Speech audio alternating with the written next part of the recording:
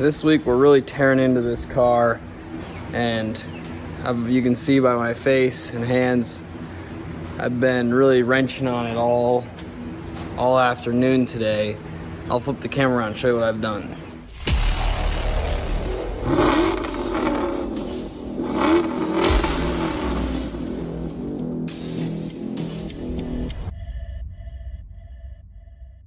So last video I already had all this bumper and headlights and lots of the engine stuff torn apart. This week I took all the spindle and its associated parts out. So you can see here, this is a strut rod. This is like 1950, 1960s technology, and it's severely outdated. And his car clunked after I replaced all the ball joints and the upper arms. I replaced a bunch of stuff and it still clunked, and I was like, you know what, dude, I don't know what it is, but it should be safe, keep driving it. Turns out it was this bushing. I mean, it's not even there, really. So, but all this is being deleted. So I just gotta keep the steering, take it, and I have all new inner and outer tie rods. But yeah, we're about to drop it. Drop the cradle with the transmission. I am about to take the yoke out of the end here, take that out so I can plug it in the transmission so it won't leak everywhere. And that's the original drive shaft. I'll show you more on this in a minute.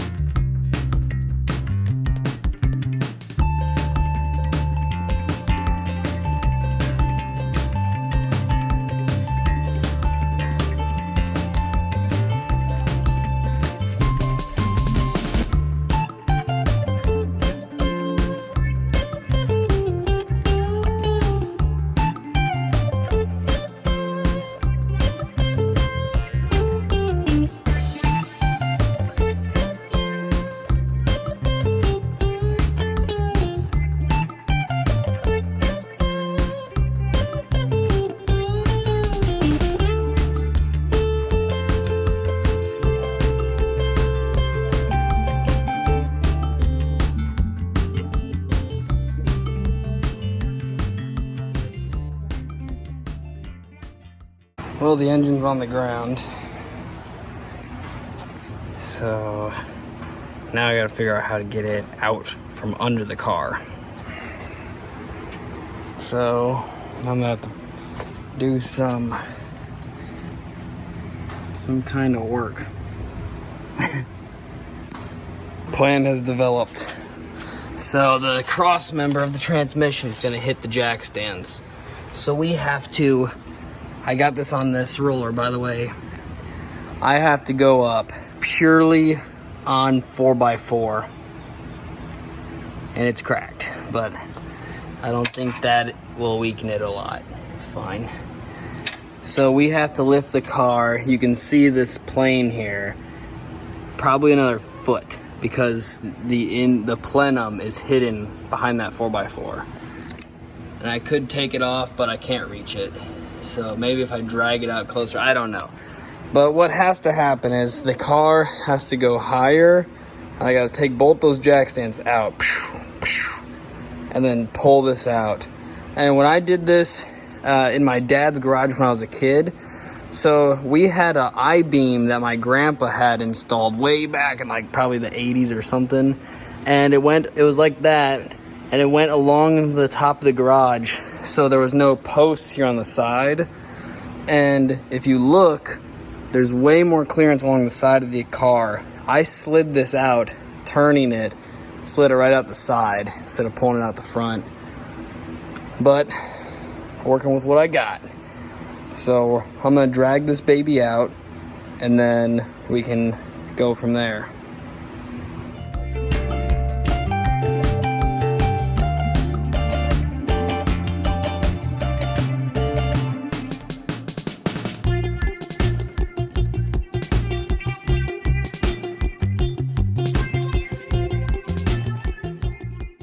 I cannot move it anymore.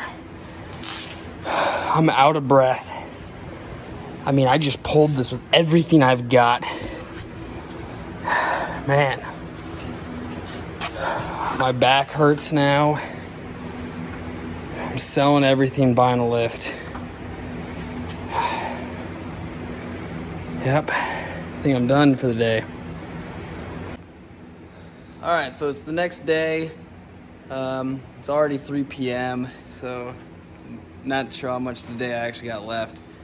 I put the hood back on just to cover everything up, but the next actual step for this build is to take the hood back off, strip the fenders, pull the fenders off, and to completely strip the engine bay. Every bit of wiring, covers, every single thing has to be removed out of this engine bay so it's bare metal. I just got rained on. Man, okay, well at least I get to tell you what I'm doing at least. Strip it down, and I'm going to sand it and paint it all jet black. So, gloss jet black. I have jet black already, and I mean black is pretty much the same. There's slight things I don't know if they even are different, but like my Lightning over there, its original color was Raven black, but I have some BMW paint that was jet black left over, so I think that's one they use. Because this whole car is going to be painted black, so I'm just going to get the engine bay painted, and then when I put the engine in, it'll be much easier to paint the rest of the car later, and it'll already match. So that's the course of action. It's raining, so I don't know how much time I got left. And the recording stand is in the mail, so not sure how much of this I can record. I ran it over in that tornado. I think I already said that. And the wind caught it and it blew under the tire of the King Cobra while I was backing up, and it just squished it, ruined it, so we threw it away. But all right, I'm gonna pull the inner fenders out and everything and maybe start doing fenders. Okay, I will be right back. All right, update on the car. So I took the entire brake line assembly and everything off. I can show you that in a second. And I started to do a lot of the wiring, and I'll flip the camera around so you can see stuff better. So over there on the ground is the brake line assembly. You can see it's all perfect, still intact and everything. It used to go right here, a block. See this brake line still here, run along here. This has to come out for the wiring, but it cannot come out because this is in the way. So starting to take this off, but to get this one off, you take this one off, and it's just a long process. But this is disconnected here. I have to go in and disconnect that wiring from the inside of the car, pull all this out, and I got this wiring all disconnected, pushed through here, so it's ready to go. And it's disconnected. Basically just need booster, that harness, this stuff, and some minor other things. What I was pointing out, all this AC stuff has to come off. But all right, I'll update you guys once it's emptied. So I got that piece off, and check this out. Look, that's supposed to be tight. I wonder if his wipers worked that well. It's just, I mean, I can loosen it by hand. That's the wiper motor, which spins the blades, and it's totally loose. I'm getting it by hand. I mean, it had a ways, but still. That would have not been good. I lost the bolt. Okay, back to work. Wiper assembly is removed. Brake booster. The wiring harness that went under the booster here, plugged in here. That's all removed. It then had a fuse box. It ran along here, and the fuse box module that you saw here. And then went up to some stuff here, and it's all piled. But this is all disconnected. Now I just have to do the inner under the dash one, and then we're almost there. Stripped this car. So it's getting close. While I'm here in the engine bay before the car is sanded and painted, I figured I'd just show you guys the quality of car that this is, the condition. So first I'll tell you a little about mine. The one I had in high school was rusted out. I was constantly doing rust repair on it, and I put a lot of performance parts in it, rebuilt the rear end with carbon clutch discs and 410 gears and all kinds of awesome stuff. Full Mark 8 everything swap. But anyway, that was in a rust bucket. So now I'm starting with a rust-free car. So I'm gonna flip the camera around and just show you inside the frame rail, the unibody, but it's the front frame rail, it's boxed. So I'm gonna show you how rust-free that is. So up here, this is a common rust area too. You can see this is just mint. This is not rusted out at all. I had to put, we used bed frame, like the angle iron, and we built this entire thing. Me and my dad had to fix that, rusted on both sides. But check this out. I mean, inside, there's not an ounce of rust or even mud. This car is not washed yet. I have not pressure washed it. And you can just see this area here. There's not even rust starting.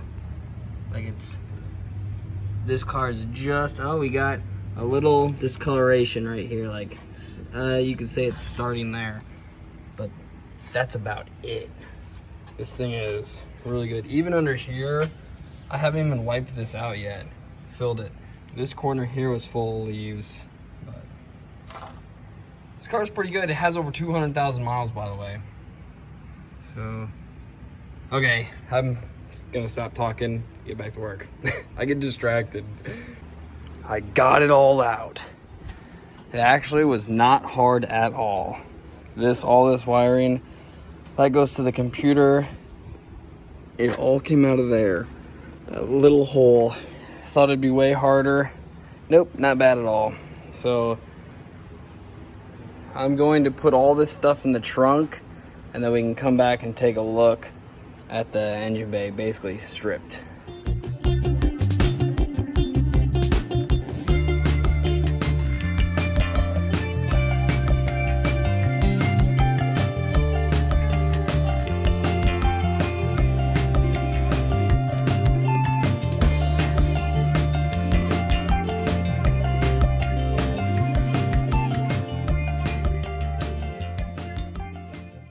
Seeing it from this angle just seems crazy.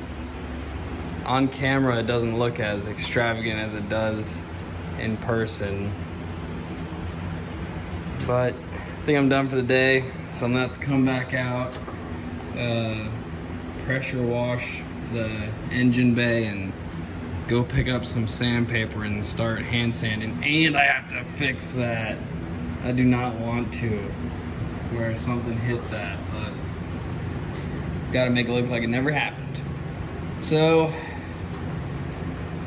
the week's pretty much booked, so I'll probably come back to this in a week, probably on the weekend.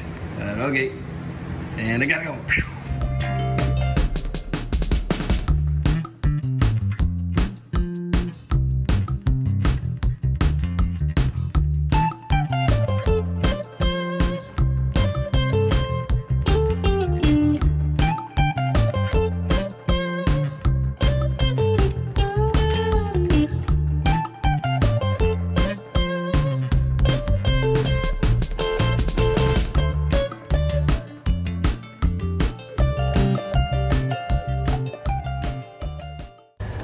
So one major thing that I forgot to do, and it's on me, I forgot, was for the baseline of my entire build and the whole entire test, there was three very important major things that I needed to do. One of the most important ones was to weigh the car with the 4-point scales and get the whole weight, which we did last episode. We put it on, we got to see where the weight was compared to the back and at all 4 corners, plus the total weight of the car. That was incredibly important. The second one was to baseline is the rear wheel horsepower of the original engine. And part of the reason why I completely forgot this, so my friend does have a dyno down the street where That's Unlimited is the company. I'm wearing their shirt right now. And I think the reason why I forgot was because the car was parked because the engine had locked up the 2-valve out of this car, which is sitting right here on the ground. So I did get it to run and drive like you guys all saw, and it did burn out with it, but I forgot to go dyno it, which was pretty important. The engine from the factory made 215 horsepower at the crankshaft. So realistically, going through an automatic transmission, give or take this stuff, this is just me thinking, at the rear wheel, you probably would have seen anywhere from 170 to 180 horsepower is my guess. So that was something that I completely forgot to do, and if I can find a 97 Cougar or Thunderbird stock with a V8, I'd actually love to dyno it so that I could use it, because it's just factory everything. And the third one was to get overall pictures with nothing in the background, so I could get the total before and after, which I do have some old photos, but the car not being licensed, titled, or insured really limited my location to get pictures, plus the engine being blown up, I couldn't take it anywhere other than just around the house. So that being said, I did order something for further testing, and this is for our own science, is this crane, or crane scale. I can hang this from my crane and we can weigh any parts. And I tested this with a dining room chair I had, and it says it weighed 10 pounds, and I've done anything down to just 1 pound to see how, and it says it can go up to 2,000 pounds. But we can weigh parts that we put on and take off the car and swap out, because my goal is to weigh from 32 to 3,400 pounds. So realistically, my goal is 3,400 pounds with a 50, what did I want? I wanted like a 56, anywhere around 55% of the weight up front. So if I can just get it closer to a 50-50, that's my overall goal.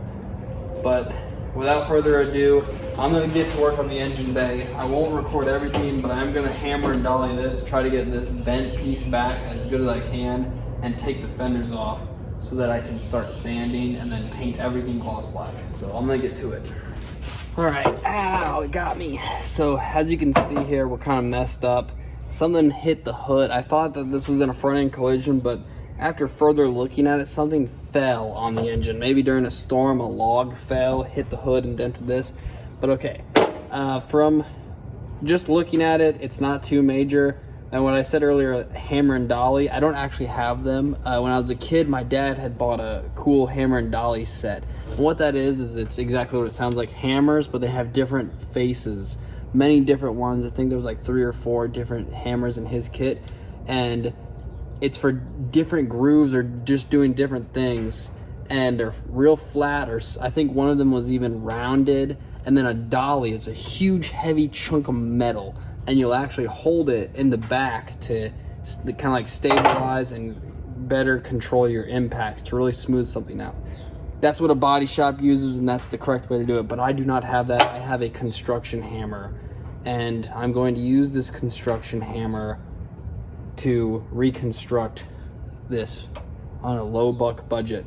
And then what I did inherit, I got my Grandpa Gene's toolbox, and there was like a homemade slide hammer in there. So anywhere that's dipped, I think I'll be able to modify or make an adapter, weld something on, and use that slide hammer to kind of pull pieces out, and then use this construction hammer, claw hammer, whatever it's called, and beat it back.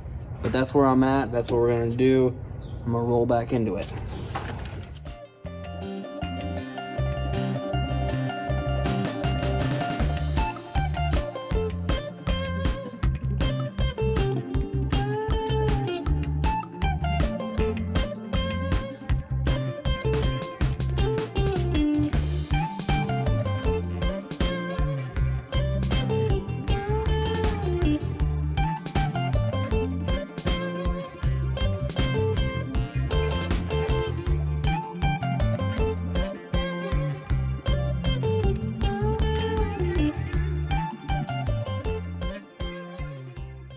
Well, I did end up using this maul as a dolly. You could see me putting it on the other side of this lip here, and then sandwiching the piece of bent metal in between my hammer there, and this is a dolly to kind of help me out.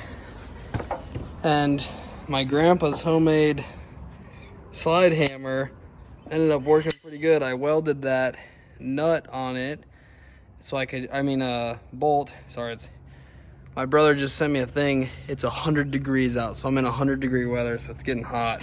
But welded a bolt on there and a nut right there in the lowest section, and I was able to pull it up, hold pressure, and then smooth this out. I got it pretty close. I mean, it is very good. And the back here, you can see that's almost straight now. It was, I don't know how, I should have shown it better from this angle. It was all crazy, and this here was pushed outwards quite a bit. But I think a little bit more work, skim coat of Bondo, and I know a lot of people are freaks about Bondo, but it's a 97 Cougar, and this was damaged, so if I can get it to look at all better, I'm good with that. So, man, I'm out of breath because it's so hot. I was even able to get this fixed up a little bit. So, more steps in the right direction. I'm gonna search and see if I've got like some 120 sandpaper. I'm gonna remove this, so, and the fenders, like I said earlier, and start sanding the whole engine bay. And then I'm gonna remove those tubes, mask off these holes, and push that connector into the car and then mask it off before I paint. But here we go. Ooh, that's kind of hot.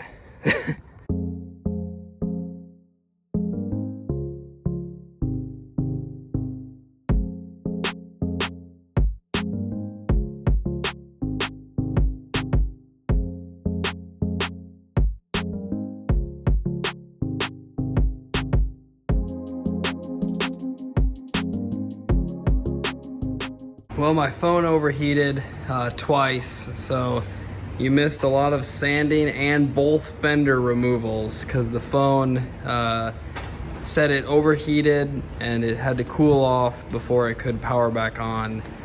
So I got both fenders off and did some sanding over here. You can see it already looks much cleaner. That's the tire I knocked over, and that side's not done. But yep, just showing you an update that I did do stuff. I just got the AJEK member in the mail, both boxes. I've taken a break from sanding. This is already like 4 days later.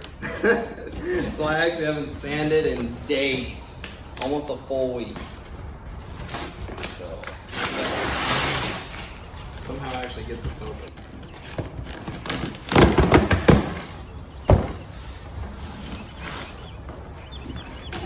The box is at 41 pounds for this box, the big one right here. So it's got bolts, all kinds of stuff. Ow.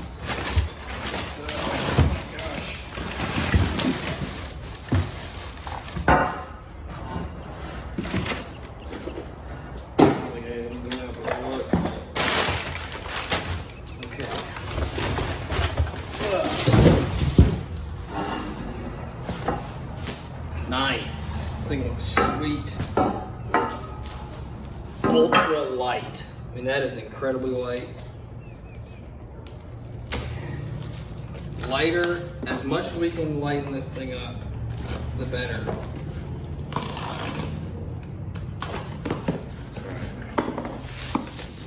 I'm just excited to weigh this and weigh the So these are the engine mounts. So before, I'll show you later, it used a giant clunky heavy duty mount. I'll go get it some point in life and compare them, but it eliminates it for just this rubber bushing and this. So this will go something like that. Much stronger, much more stable for the engine, and it's lighter weight. So there's both of those, and that's for a 4.6 5.4 Coyote or anything like that. It says hardware. So we're just gonna assume that bolts. This should be the A-arms. So this is the, I mean, this whole thing's impressive, but this is the best part about this. So the Thunderbird, I'll open this real quick. So the Thunderbird and Cougar, the original, not this K-member, the original K-member used the same technology that a 1965 Mustang has, where it has one lower control arm, a single lower control arm with a strut rod that goes to it. And that's ancient technology. That's, I mean, 1950s, 60s, maybe even older stuff. And one thing that I've always loved about like SN95 stuff was how sturdy and stable it is. That's why I did the tubular Team Z K-member in my Fairlane and everything, because of the design. Well, when AJE redesigned, not only did they make a tubular K-member, but they redesigned the system to use A-arms. So the entire suspension is completely upgraded to that. Look at that. I mean, I hope the camera picks up how unbelievably beefy this is. And I read once before on someone else, when someone else was doing a review of this, and I'll double check, but it said something about the ball joints being upgraded too. A major flaw with Thunderbirds and Cougars and Lincoln Mark 8, so the same car, is ball joints and that strut rod. Their whole front suspension has been the Achilles heel of those cars. I'm just gonna be honest, it's trash. It was trash. There might be some people that defend it. It's trash. It's ancient, like I said, it's ancient technology. This here is the way to go with a A-arm style. It's why everyone continued it now in the future. It's just the way to go. But okay, the ball joint, I read that it was upgraded to something, but this is it, totally light. All right, well, I'm gonna get back to the car. Just had to unbox this real quick because I was excited.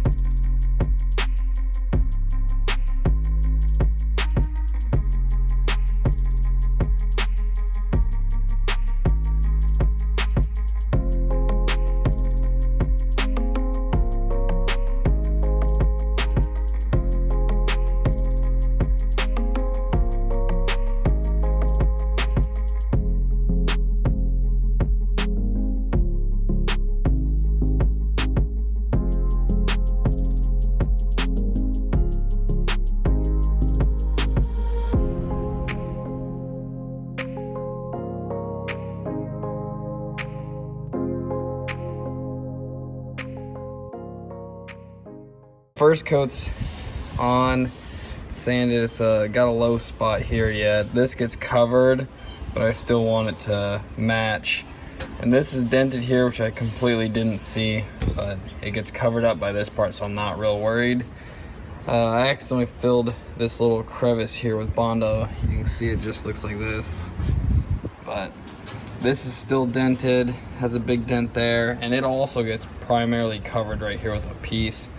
But I'm gonna do a second coat, try to fill in some of those craters, but you can tell it's already looking much better, way smoothed out. And I had to go back inside, so I was like panicking. I was like, because my wife called, she's like, you need to come inside and watch our daughter so I can go on a meeting. So I was like, oh God. So I put a little dollop more, and I ended up doing a little too much hardener in this, so I had to work really quick, but ended up turning out good. So I'm just gonna fill these low spots in, do a little touch up here so that it blends smooth, and you will never know. It's gonna look just factory. So I'm gonna get that done, kapow, and we'll be good.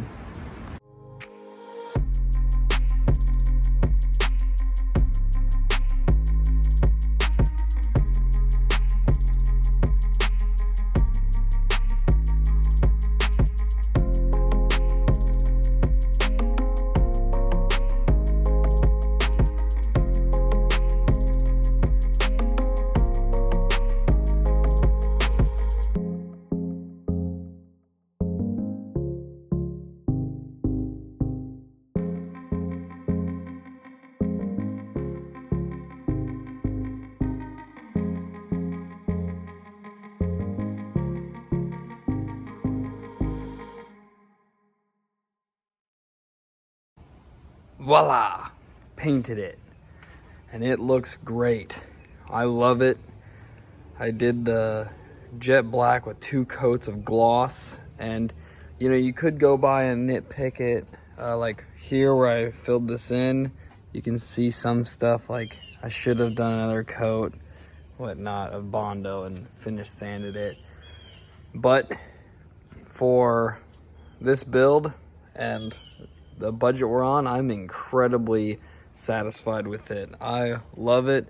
It looks way better than that dirty silver engine bay, and 90% of everything here gets covered. So as long as it just looks like it's gonna match the exterior of the car later, that's really what matters. Plus I painted it outside.